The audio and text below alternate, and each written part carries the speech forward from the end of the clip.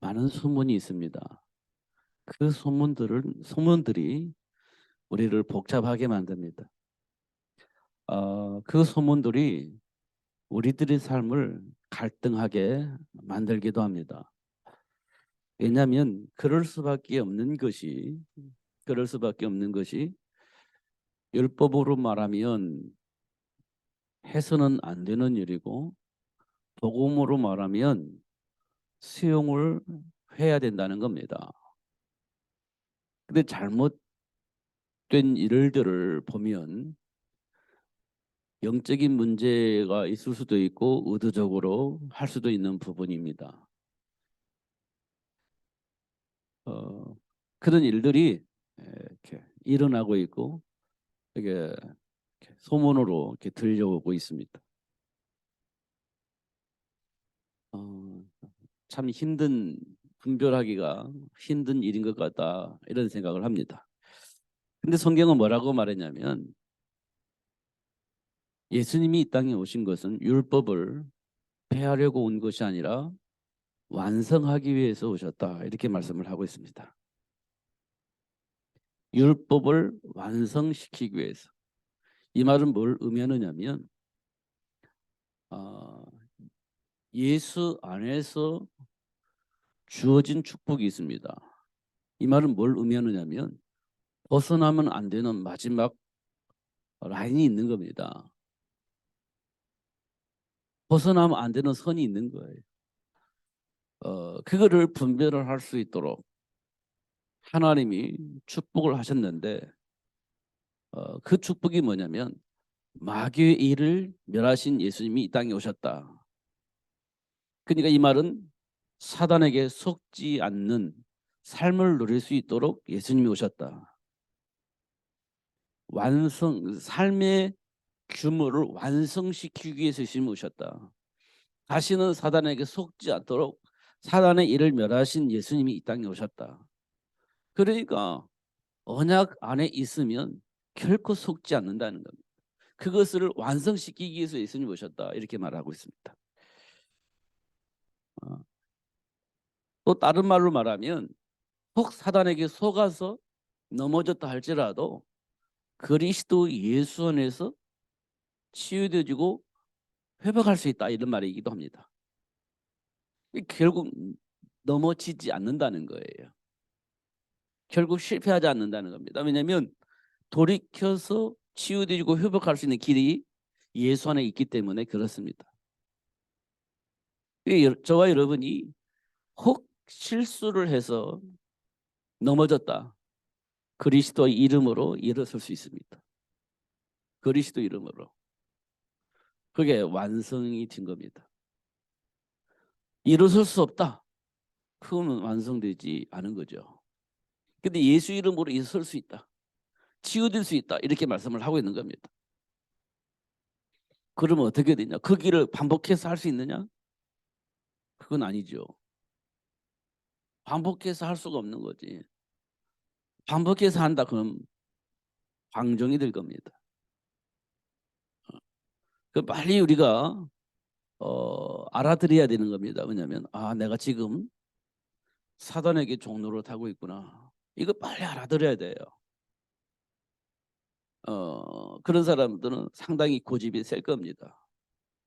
내가 맞다라고 고집을 세우고 있을 겁니다. 안 바뀔 겁니다. 안 바꿀 겁니다. 빨리 우리가 알아야 돼요. 깨달아야 돼요.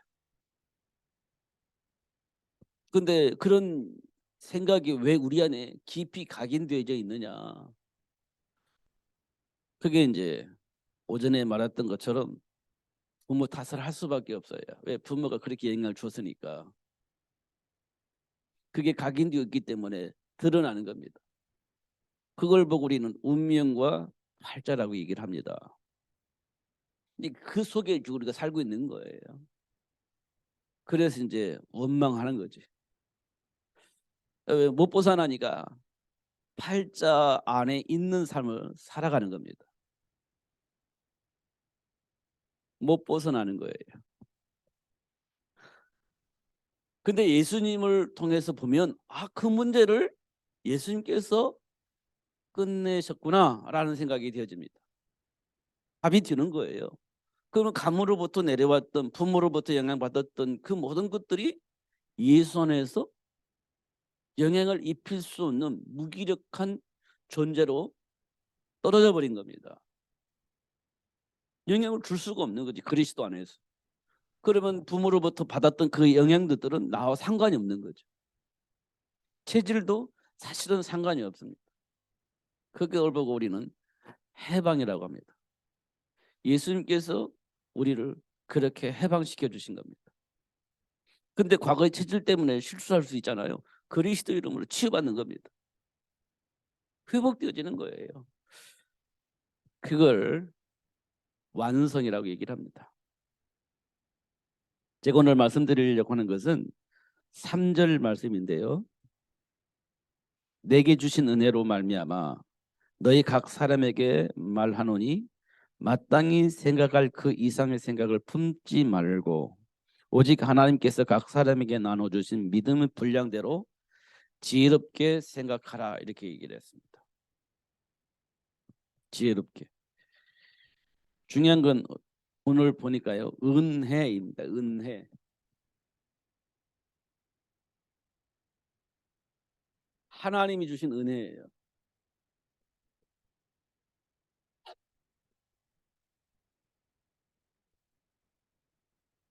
하나님이 주신 은혜입니다.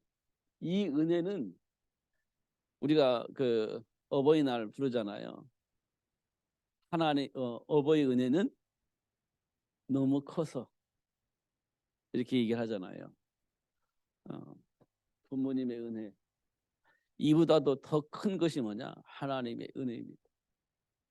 하나님의 은혜는요, 우리 인생을 완전히 바꿔놓습니다. 우리 인생을 완전히 바꿔놔요. 노아가 방주 만들기 전에 하나님께서 노아에게 뭐라고 말했냐면 노아가 하나님께로부터 은혜를 입었더라, 이렇게 되어 있습니다.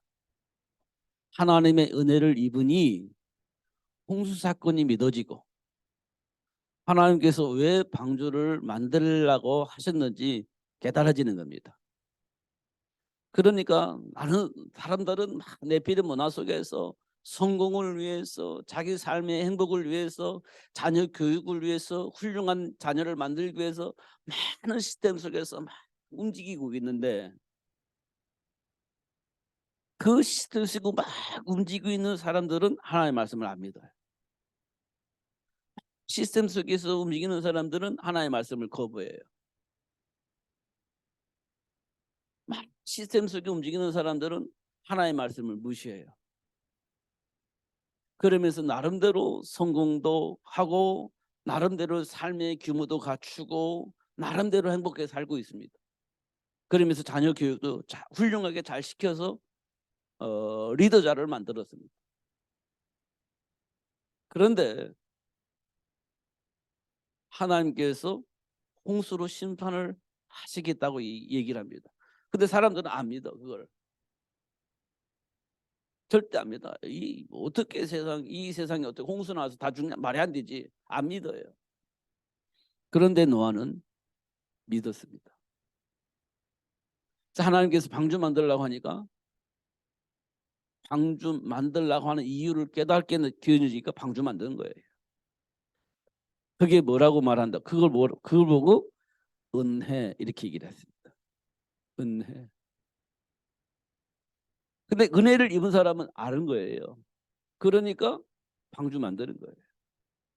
근데 은혜를 거부한 사람들은 네피림 문화 속에서 성공을 위해서, 자신의 행복을 위해서, 자녀 교육을 위해서 사는 거예요. 그리고 방주 만드는 거 안 합니다. 은혜를 입지 못한 사람들의 모습입니다. 근데 은혜를 입으니까 홍수 사건도 이해가 되어지고 방주 만드는 것도 이해가 되어지고, 그러니까 세상 사람들처럼 안 살고 방주 만드는 삶을 살았다, 이렇게 말씀을 하고 있는 겁니다. 그리고 마땅히 생각할 것을 생각하고 그 이상의 것을 품지 말아라. 이렇게 했습니다. 각 사람에게 주어진 믿음의 분량대로 지혜롭게 생각하라. 이렇게 얘기를 하고 있습니다.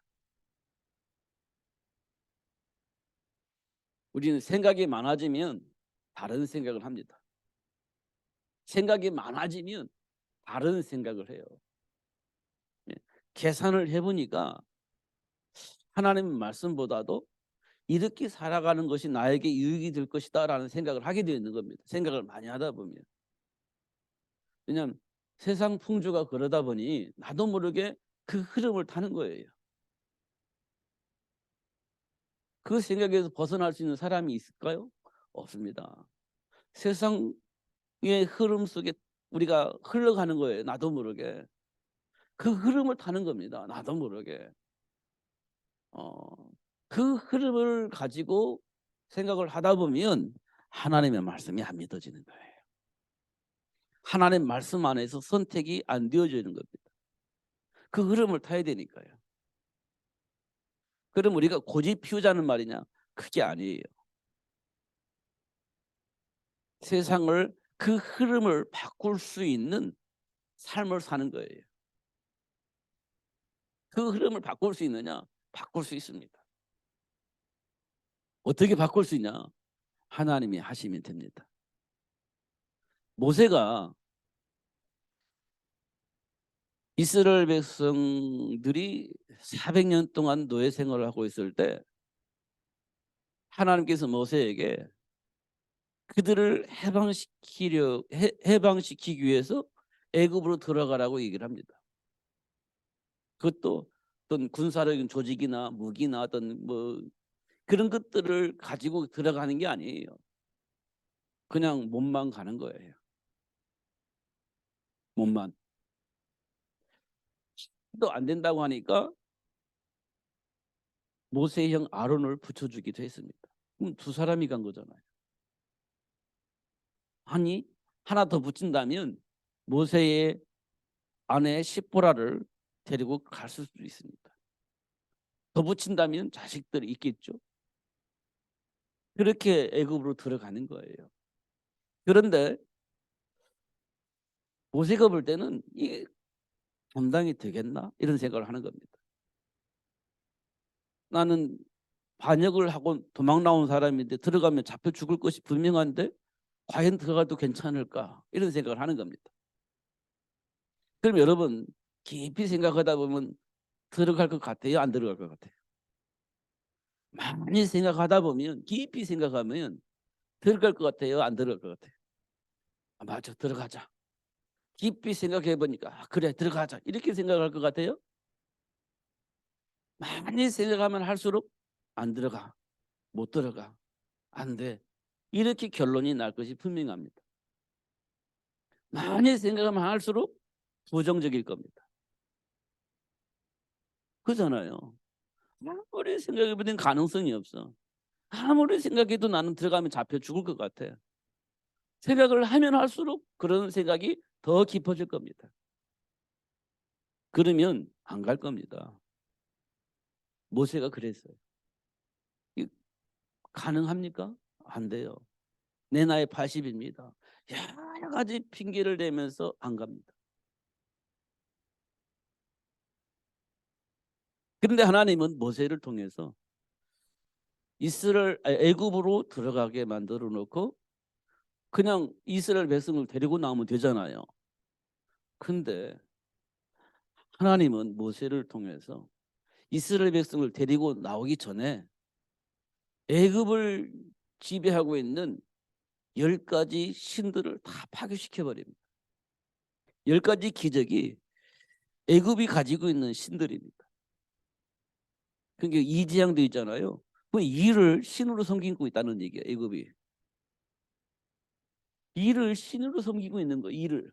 더러운 이를 신으로 섬기고 있는 겁니다. 개구리도 왔잖아요. 개구리도 신으로 섬기고 있는 거예요. 그런 사람들이 애굽 사람들이었습니다. 그거를 하나님이 기도할 때마다 하나씩 하나씩 파괴시키는 거예요. 애굽이 의지하고 있는 그 신들을 하나씩 하나씩 파괴시키는 겁니다. 결국은 마지막에는 장자가 중요하잖아요. 우리나라도 대를 이을 남자가 없으면 힘들어했지 않습니까? 대를 이어야 되니까. 그렇잖아요. 저는 잘 모르겠습니다만 옛날에는요, 아들을 못 낳았다고 막 쫓겨나가는 며느리들도 있었다고 하지 않습니까? 그게 이제 장자에게 모든 가문이 매달려져 있는 거예요. 장악되어져 있는 겁니다. 이게 마지막에 그 장자를 죽이는 일을 합니다. 그게 문설주에 피 바르는 날, 피 바르지 않는 집에 있는 모든 장자는 다 죽습니다. 근데 피 바른 집에만큼은 죽지 않아요. 그걸 보고 유월절이라고 합니다. 영어로는 패스오버 이렇게 얘기를 하죠. 그 피로 인하여서 넘어가는 거예요. 뭐가요? 저주와 재앙이 넘어가는 겁니다. 그걸 보고 유월이라고 합니다. 패스오버 이렇게 했잖아요. 근데 예수 그리스도 안에 있으면 그 저주와 재앙이 넘어가 버리는 거예요. 넘어가는 겁니다. 그런데요, 모세는 그 사실을 몰랐기 때문에 자꾸 부정적으로 부인하면서 안 가려고 했어요. 근데 하나님이 기어코 모세를 애굽으로 들여보내서 애굽에 있는 모든 신들을 다 무기력화 만들어 놓고 이스라엘 백성 데리고 나오는 겁니다. 그게 출애굽의 역사입니다. 그게 하나님의 은혜예요.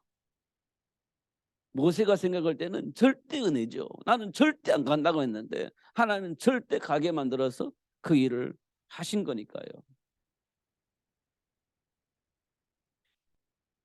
우리가 조금만 더 깊이 생각해 보면 알 수 있습니다. 하나님 주신 언약 안에서 깊이 묵상하다 보면 그렇구나라고 응답을 받을 수가 있습니다.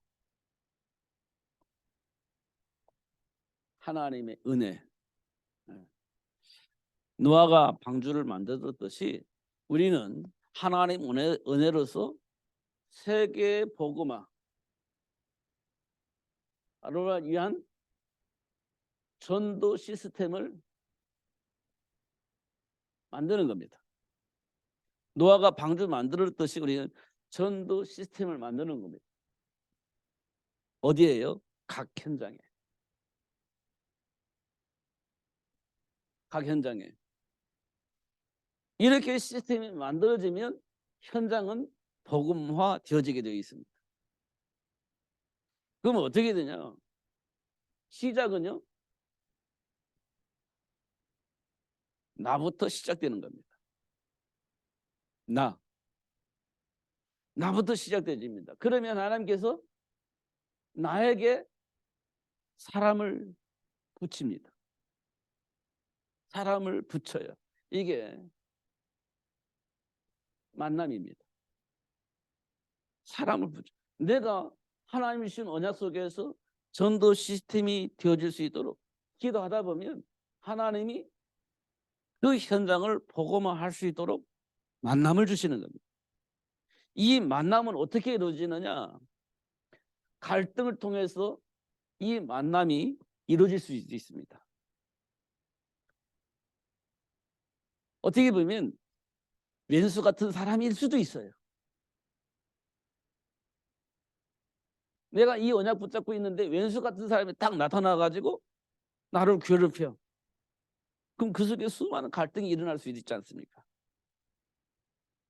이렇게 해서 만남을 주실 수 있습니다. 근데 우리는 이 문제 만나면 이 속에 생각하지 않고 왼수처럼 생각한다면 이 복을 누릴 수가 없어요. 근데 이게 굉장히 중요한 겁니다. 이 일 때문에 내가 이곳에 왔구나. 그래서 이 현장을 살리기 위해서 기도한다면 이 갈등이 만남이구나 이렇게 응답을 받게 될 것인데, 이것 없이 이런 갈등이 생기면 원수가 되어지는 겁니다. 그리고 이해를 못하면 사건을 일으킬 겁니다. 이 사건을 일으키면 이 사건 때문에 내 팔자가 왜 이럴까 이렇게 생각할 수 있는 가능성이 생겨요. 그러나 이 속에서 생각해 보면 하나님이 준비한 축복을 응답을 받을 수 있는 사건이 있다는 사실을 확인할 수 있어요. 이렇게 우리가 이런 일들로 인하여서 이런 만남이 이루어진다는 사실을 알게 되어져요. 그러면 복음 안에서 한 팀이 되어지는 일이 벌어집니다. 복음 안에서 한 팀이 되어집니다. 그럼 이 사람들은 뭐 하겠습니까? 언약 붙잡고 기도하게 될 겁니다. 마음을 같이해서 언약을 붙잡고 기도할 겁니다. 왜냐하면 이것 때문에 마음 붙잡고 마음을 같이해서 기도하게 될 겁니다. 이게 현장 살리는 축복의 시스템이 되어지는 겁니다. 중요한 건 내가 이 비밀을 가지고 기도하면 이런 만남을 통해서 이런 팀이 생기게 되어지는 겁니다. 이때부터 역사가 일어납니다.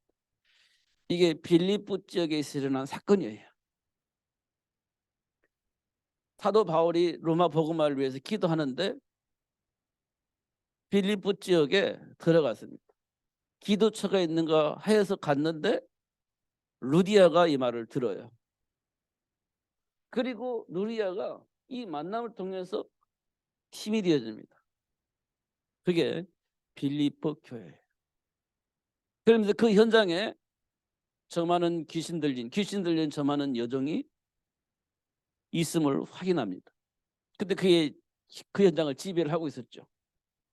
그때 귀신 들려 저 많은 그 여종 속에 역사했던 귀신이 예수 이름으로 쫓겨납니다. 그래서 빌립보 지역이 살아나는 역사가 일어나요. 그게 뭐냐면 빌립보 교회입니다. 이게 일어나는 거예요. 하나님의 은혜로 되어지는 겁니다. 이게 시작이 어디냐? 나부터 시작되는 겁니다. 제가 분당에 있을 때 전 다락방 몰랐거든요. 근데 저와 함께 부격자 생활을 하고 있던 어떤 분이 다락방을 알고 있었나 봐요. 그래가지고 다락방이 너무너무 좋대요. 너무 멋있대요. 나는 관심이 없으니까 그런가 보다 지나갔어요. 그런데 지금 생각해보니까 뭐라고 하냐면 팀만 만들어지면 이게 너무 멋있다는 거예요. 팀만 만들어지면 두세 명만 모여진다면 이게 너무 멋있다는 거예요. 그게 다락방이라는 거예요. 저는 그때 무슨 말인지 그냥 한 귀로 듣고 한 귀로 흘렀는데요. 이분이 말하는 이 다락방은요, 어떤 조직이 만들어지면 이게 된다고 생각한 거예요. 근데 이분이 이걸 몰랐던 것 같아요. 나부터 시작되면 하나님께서 붙여주심을 통해서 만남을 통해서 그것이 되어진다는 사실을 몰랐던 것 같아요. 그러니까 지금 내가 그리스도 안에 있는 생명의 복음을 가지고 하나님 원하는 대로 현장 복음화를 위해서 기도하다 보면 사건을 통해서든지 어떤 분쟁을 통해서든지 어떻든 이런 만남을 통해서 하나님의 계획이 이루어지는 시스템이 만들어질 수 있도록 하나님이 하신다는 사실을 알 수 있어요. 이 시작이 나부터예요. 시작이. 그러려면 내가 분명한 복음을 이해를 해야 되겠고 하나님이 원하시는 삶도 알아야 되겠죠. 우리 사명이라고 하죠. 다른 말로 말하면 소명. 이걸 내가 깨달아야 되는 겁니다. 복음과 삶의 이유를 깨닫게 되어지면 이 나로부터 시작해서 현장을 바꿀 수 있는 시스템이 만들어질 수 있도록 하나님이 만남을 주신다. 이렇게 성경은 기록되어 있습니다. 이게 하나님이 하시는 일이에요. 그러면서 두 번째 하는 일이 뭐냐? 사단과의 싸움입니다.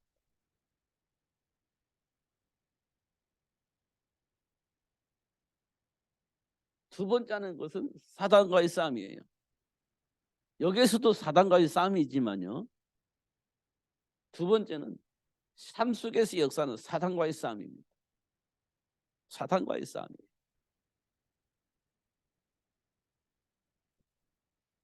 이 싸움으로 말미암아 사단의 조직이 하나씩 하나씩 무너지게 될 겁니다.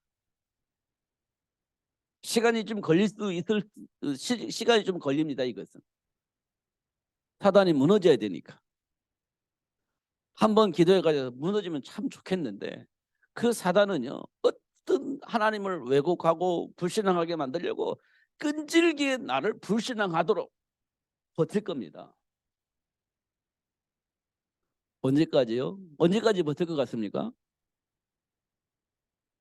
내가 불신앙할 때까지 계속 버틸 겁니다. 뭘 보고 있을까요? 사탄은요 확신이 있는지 없는지 그걸 확인할 겁니다.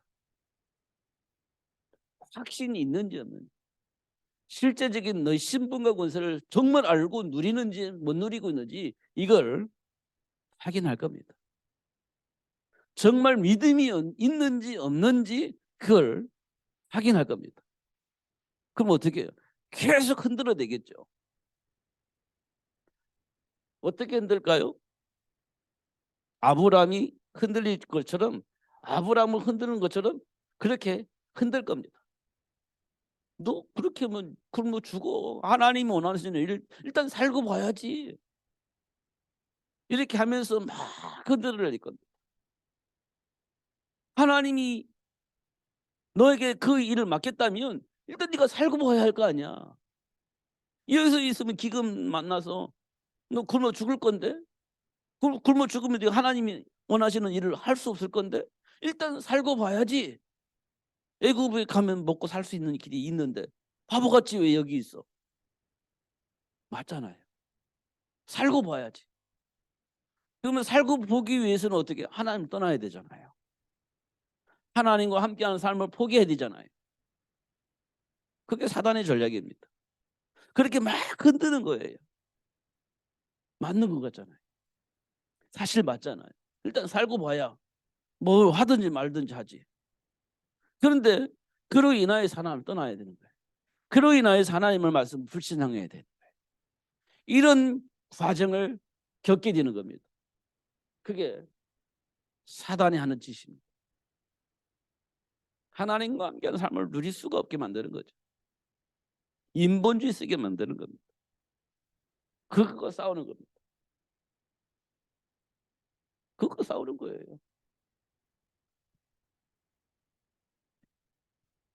사실 성경에는 계속 이게 반복돼서 기록되어지는 거예요. 계속 반복되는 겁니다. 성경을 봐보세요. 다 이렇게 내용이 이렇습니다. 내용이. 그런데 하나님께서 이 실패한 아브라함에게 찾아가서 다시 회복시켜 줍니다. 회복시켜 주세요. 이거 회복했다는 말은 그 전에는 사단의 일이라는 것을 알게 하셨다는 거예요. 아, 이게 사단의 일이군요. 그래서 하나님께서 이런 말씀을 우리에게 약속을 하신 거구나. 이렇게 깨달은 거죠. 처음에는 맞아. 이렇게 하고 동의하고 내려갔는데 그게 사단이 파놓은 함정이었구나 이런 걸 알게 된 거예요. 그러니까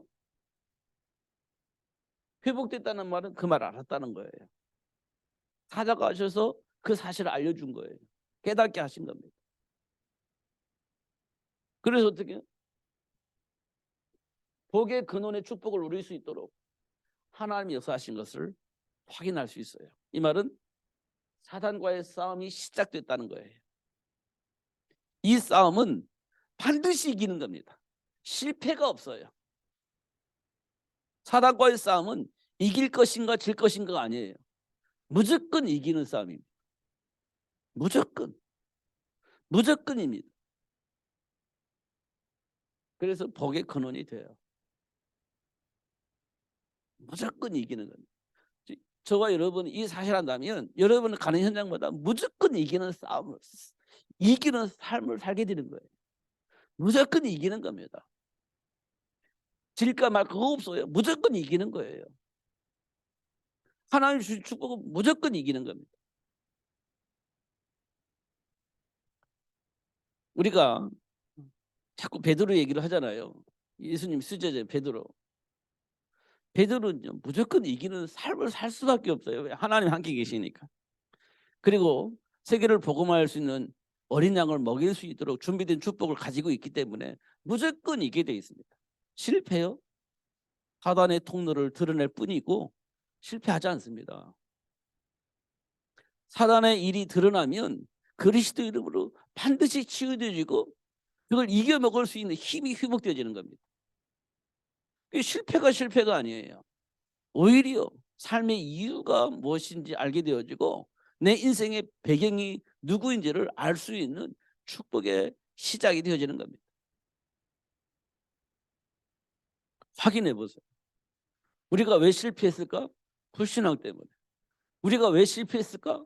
사단이 이미 뿌리 내려져 있는 그 통로 때문에 실패하는 거예요. 사단에 의해서 조종받았던 과거의 삶 체질 때문에 실패하는 것뿐이지 우리는 실패할 수 있는 존재가 아니에요. 그러면 실패했을 때 우리는 뭐야? 아, 이게 사단의 일이구나 아는 거예요. 아, 이게 사단의 일이구나 이걸 아는 거예요. 그러면 그 문제를 어떻게 하면 예수님께서 오셔서 끝내버렸기 때문에 예수 이름으로 이겨먹는 겁니다. 이게 실패가 아니에요. 나의 정체성을 회복할 수 있는 아주 중요한 시간표를 하나님으로 주신 거예요. 그렇지 않습니까? 근데 우리는 실패하면 내 믿음이 있는지 없는지 그렇게 낙심할 것이 아니라 이게 사단의 일이었구나. 그 일을 멸하신 예수님이 지금 나와 함께 계시는 건데 이걸 몰랐구나. 회복되어지는 겁니다. 그렇게 되어져서 복의 근원의 축복을 누릴 수 있고 어린 양을 먹일 수 있는 축복의 삶을 살 수 있게 되어지는 겁니다. 그걸 보고 우리는 발판이라고 합니다. 발판. 그래서 사단과의 싸움을 할 수 있도록 하나님 우리에게 발판을 만들어줘요. 싸워 이길 수 있도록. 이렇게 이제 하는 것을 우리가 확인할 수 있어요. 그러면 어떤 일이 벌어지겠습니까? 하나님이 준비한 축복을 누릴 수 있는 하나님 나라가 회복되어지죠. 하나님 나라가 회복되어집니다. 다시 말하면 하나님이 준비한 축복을 마음껏 누릴 수 있는 삶의 현장으로 바뀌어지는 겁니다. 현장이 바뀌어져요. 사단이 지배하는 현장 속에서 내가 있었더라면 이제 시간이 지나면 지날수록 하나님이 준비한 축복을 누리는 삶의 현장으로 바뀌어지게 되는 겁니다. 누구로부터 시작됐는 그 복이 누구로부터 시작됐냐면 하나님의 자녀인 나로부터 그 복이 회복되어지는 겁니다. 이게 하나님 우리에게 주신 축복이에요. 그게요 내 힘과 능력이 아니고 내 머릿속에 있는 지혜로 되어진 것이 아니라 하나님 주신 은혜 속에서 되어지는 것이다.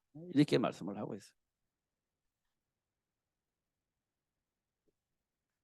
하나님이 저와 여러분의 준 축복입니다. 그러니까 여기서 오늘 본문에서 말한 것처럼 깊이 생각하면 우리는 불신앙 속을 빠진다니까요. 어린아이처럼 단순하게 받아들이는 것이 하나님이 드신 겁니다. 그런 말씀 안에서 묵상하다 보면 이 복을 알게 되죠.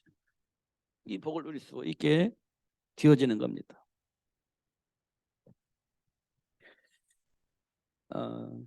하나님 나를 왜 부르셨을까?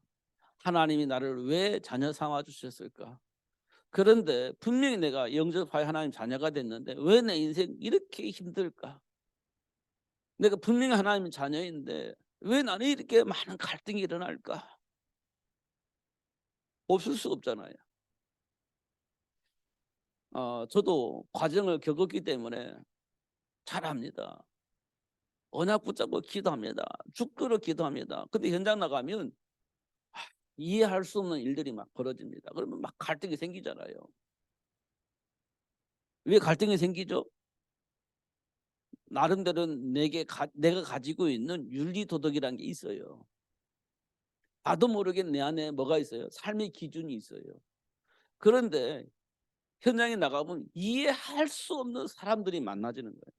이해할 수 없는 사람과 부딪히는 거예요. 이해할 수 없는 사람을 통해서 막 문제와 사건이 발생하는 겁니다.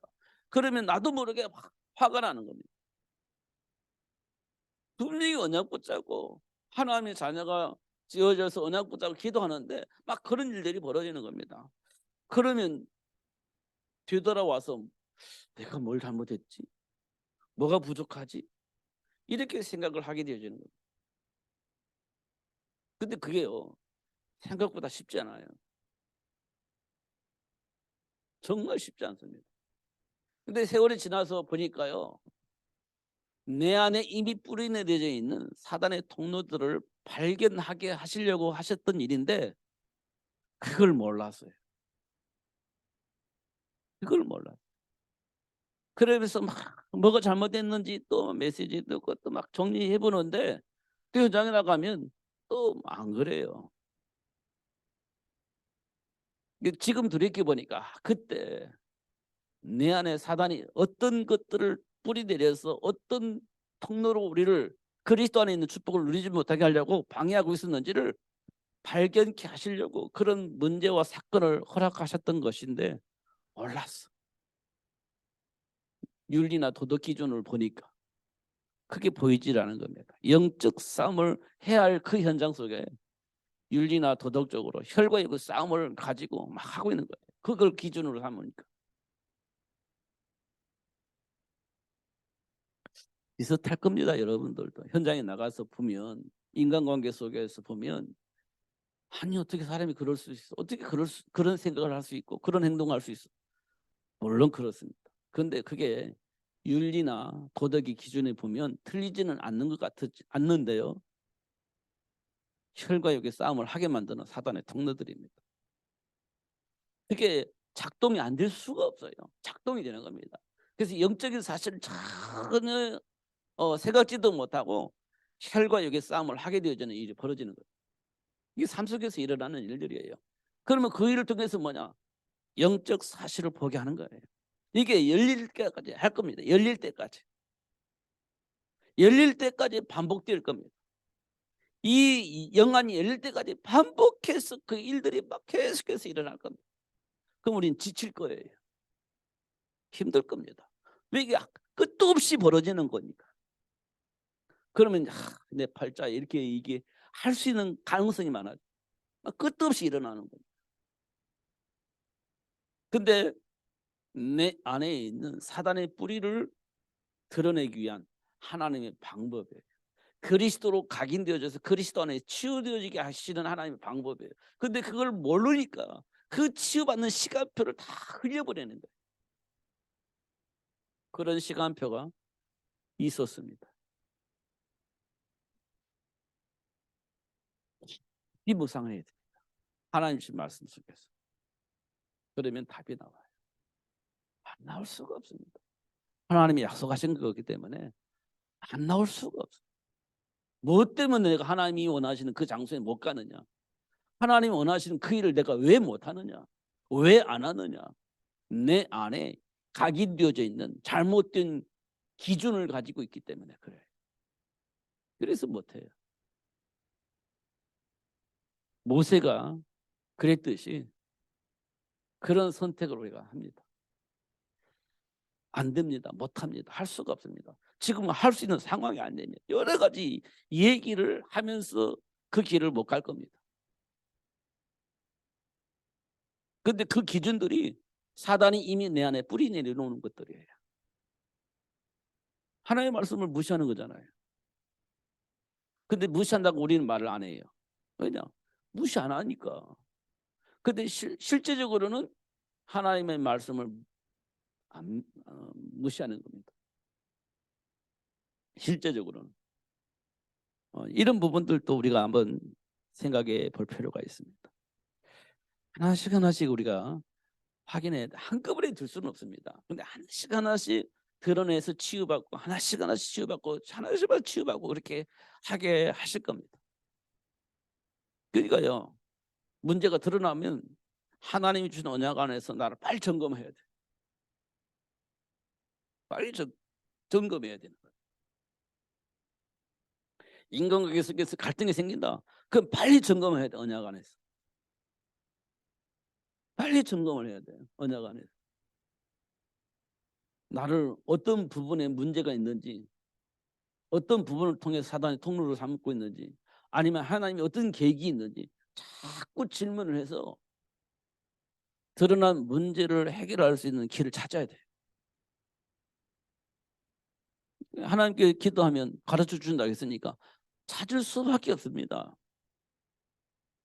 내 안에 있는 고정관념 가지고 고집만 안 피우면 나는 절대 맞아, 난 틀리지 않았어, 그렇게 고집을 피우지 않는다면 하나님께로부터 반드시 응답을 받게 되어 있습니다. 그런데 고집 피우면 하나님 주신 답을 쓸 수 없기 때문에 같이 그 길을 가게 될 겁니다. 내가 맞다고 하는 그 생각 때문에 생각을 안 바꿀 겁니다. 그러면 계속 트러블이 생길 겁니다. 분명히 그래요. 안 그럴 수가 없습니다.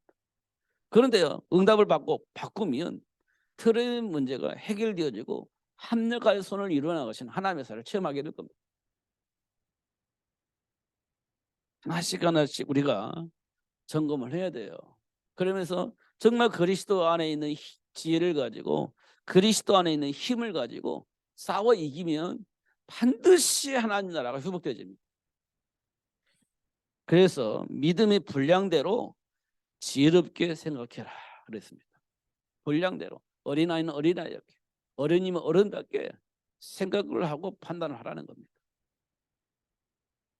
그러면 뒤어지게 돼 있다. 세계 복음화는 그냥 단순하게 구호가 아닙니다. 현장에 있는 저주와 쟁을 가져다는 사단의 조직을 무너뜨리는 거예요. 하나님 나라를 회복하는 겁니다. 그럼 우리 현장은요, 사단이 지배하고 있는 현장이에요. 그 현장에 수많은 사람들이 종로를 타고 있는 겁니다. 그 현장에 들어가서 그 현장에 있는 사람을 살려내기 위해서 사단의 조직을 무너뜨리는 거예요. 그게 현장 복음하고 세계 복음화입니다.